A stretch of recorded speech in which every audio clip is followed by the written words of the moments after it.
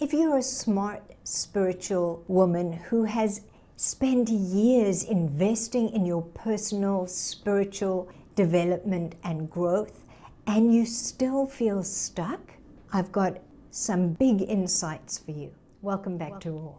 I'm SJR. Radically aligned women, I am committed to you attaining personal and financial freedom and living lives that are thriving and contributing to the planet and to the consciousness. So today I was talking to somebody and I said, I used to always ask myself, what's wrong with me? And she kind of got quiet and she said, yeah, I do that.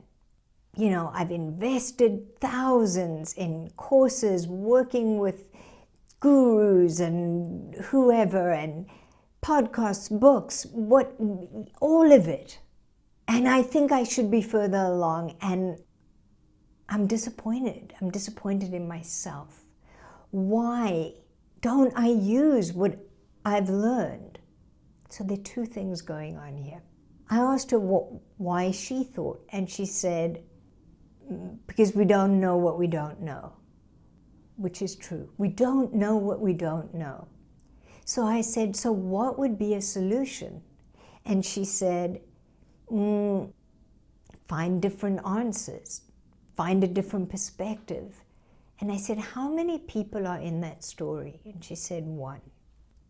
And what's the issue with that? There are two main issues here. One is, if we don't know what we don't know, how can we know where to go, what to do? How can we have more information? We're still only going to know what we know, no matter what we add to it, because we don't know what we need to be addressing in ourselves. We don't know what we're not seeing. We don't know what beliefs are running us that we assume is just the way things are, because we learned them a long time ago. And with big-hearted people, one of those things is this: I don't want to be a burden.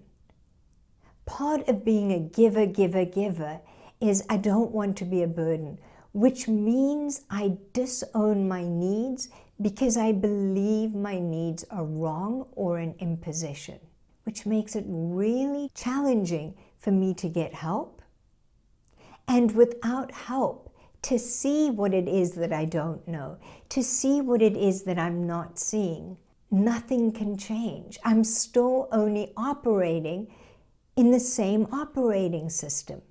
I, in my deepest heart, know that it's God, the universe's divine plan, that we are interdependent. We need each other. So somebody who has traveled down the road can lead me there, can guide me, can mentor me, can show me where to go, can show me the things I don't know. But if we're ashamed of our needs, that's very difficult. So we just keep giving in the hopes of filling up. But we have these gaps. And those gaps are based on a belief in transactional relationships.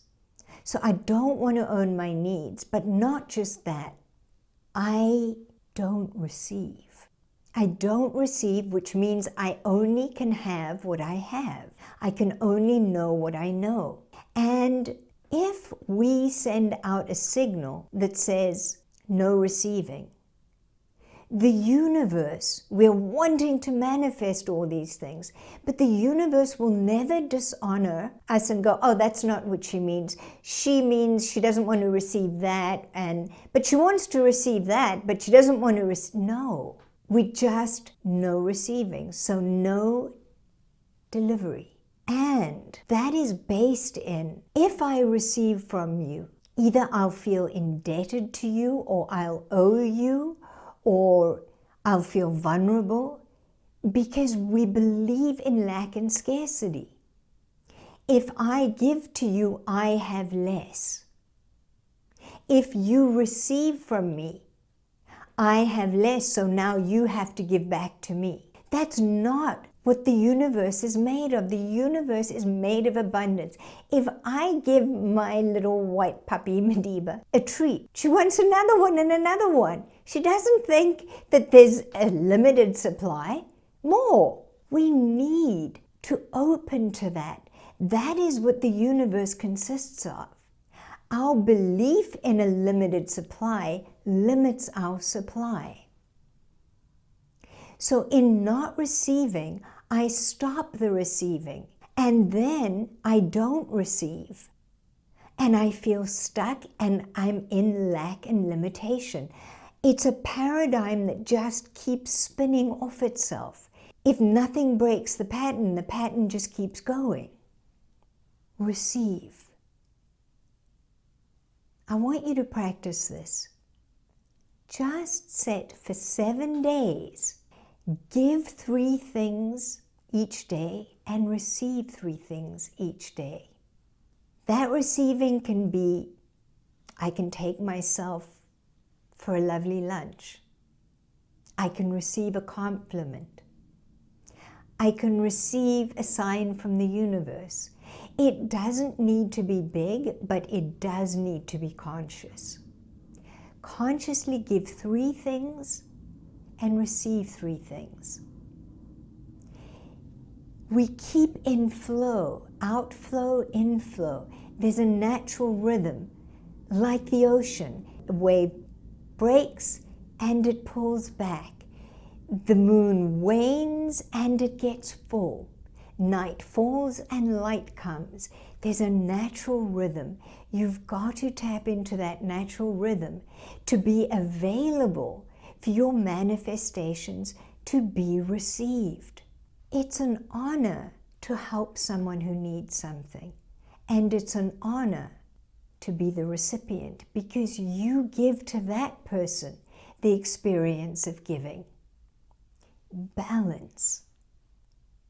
Until this shifts through conscious practice, the sign on the door says, "Do not disturb." I think I have to have this figured out. I think I'm supposed to be self-sufficient. We're not. A lot of the mess that we're in the world today is from the illusion of self-sufficiency. We're not meant to be self-sufficient. We have little neurons to connect with other human beings. We need to connect. We need to interact. We need to give and receive. We need to be in that flow. Comment below. Let me know if you're going to do that. Give 3, receive 3. 7 days. And then come back and tell me what shifted in your life. Because all the information that we receive, all the learning and courses and studying, are all just ideas in our head.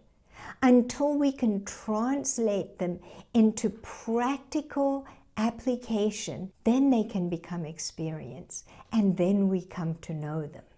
I want you to know this so that you can receive your manifestations. You can receive your desires. Your needs can be filled. Allowing the shame to let go. Allowing our guilt to be released. Allowing our innocence to flourish. Believing in the abundance of the universe. That's what we're here to do. I love you. Namaste.